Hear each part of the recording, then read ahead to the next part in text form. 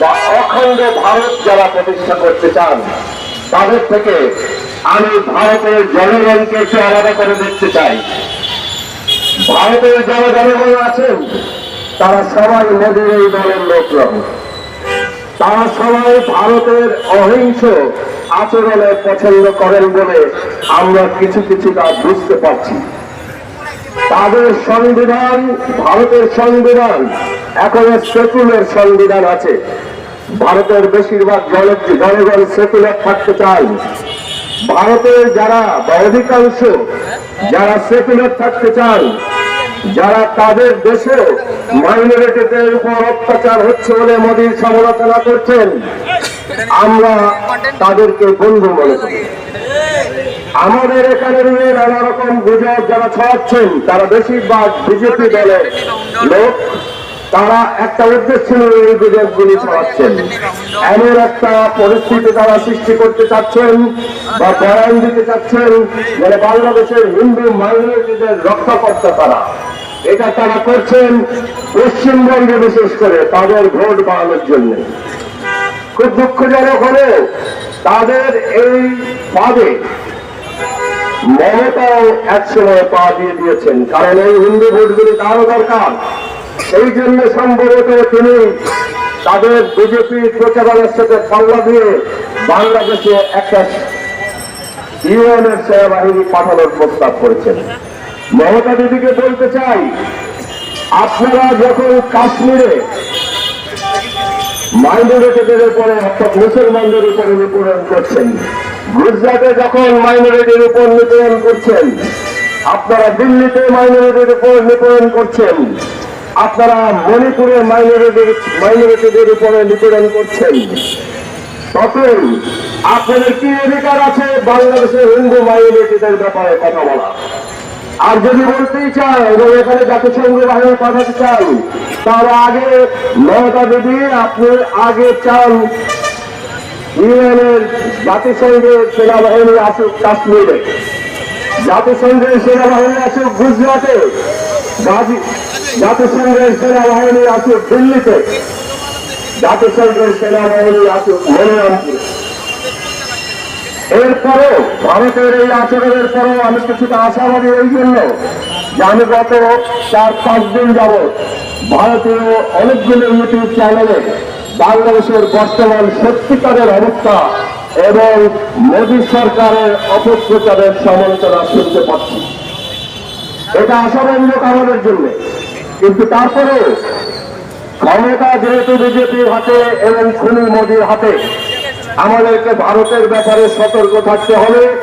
একই সাথে ভারতের জনগণের সাথে যারা সহনশীল আচরণ করছেন, যারা সত্যিটা বের করার চেষ্টা করছেন, তাদের সাথে বন্ধুভাবাপন্ন থাকতে হবে। ভারতীয় সরকারি ভাবে আমাদের সাথে যে আচরণ করছে সেগুলিকে আমরা অবশ্যই প্রতিবাদ করব এবং অবশ্যই সেটা প্রতিহত করব। নিরেশ্বরের ব্যাপারে আমার বক্তব্য খুব সংক্ষিপ্ত আকারে আমি বলতে চাই। নিরেশ্বরকে যে জায়গাটায় এই জমি দেওয়া হয়েছে 900 একর বা যাই হোক, সেই জায়গাটা আমাদের জন্য খুবই জরুরি একটা জায়গা। এই জায়গাটা বাংলাদেশিদের দখলে না থাকলে বাংলাদেশের রাষ্ট্রীয় নিরাপত্তা এবং সার্বভৌমত্ব চরমভাবে বিঘ্নিত হবে। সেই জন্য আমি সরকারকে অনুরোধ করব, চুক্তি যেভাবেই হোক আর যাই লেখা থাক, এই চুক্তি সরকারকে বাতিল করতে হবে। আমরা আগামী 3 মাস দেখব সরকার কি করছেন। যদি এই চুক্তি বাতিল করা না হয় তাহলে বাংলাদেশের যে সমস্ত জনগণের জন্য এই অঞ্চল গঠন করা হয়েছে, আমরা তাদের সকলকে নিয়ে এই জমি দখল করব। যার যার বসত বাড়িতে, যার যার চাষের জমিতে তারা করে যাবেন। ভারতীয়দের অন্য কোনো জায়গা খুঁজে নিতে বলেন যেটা বর্ডারের সন্নিকটে নয়।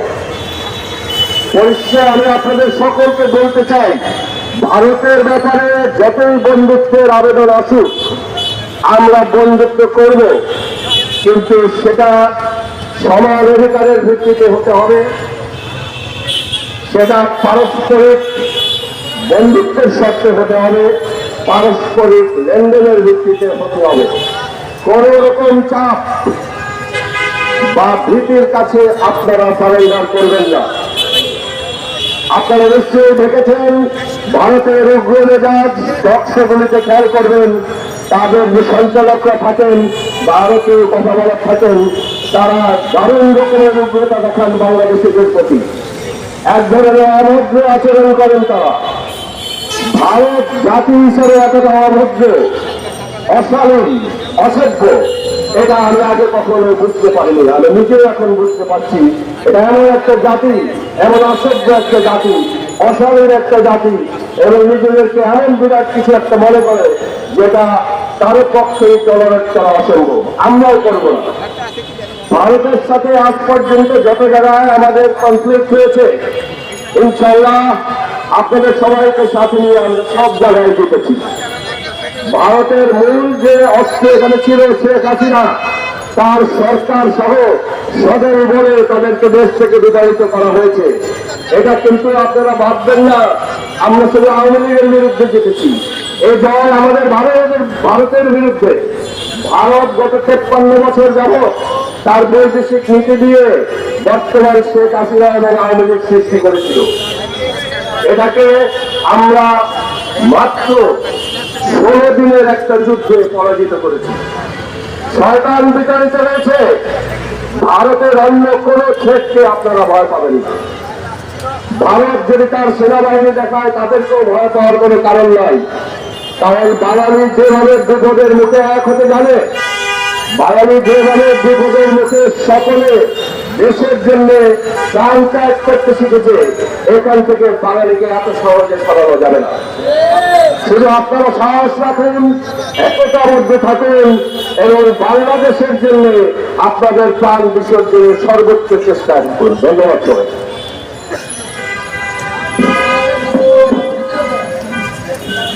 আমাদের মিছিল এখন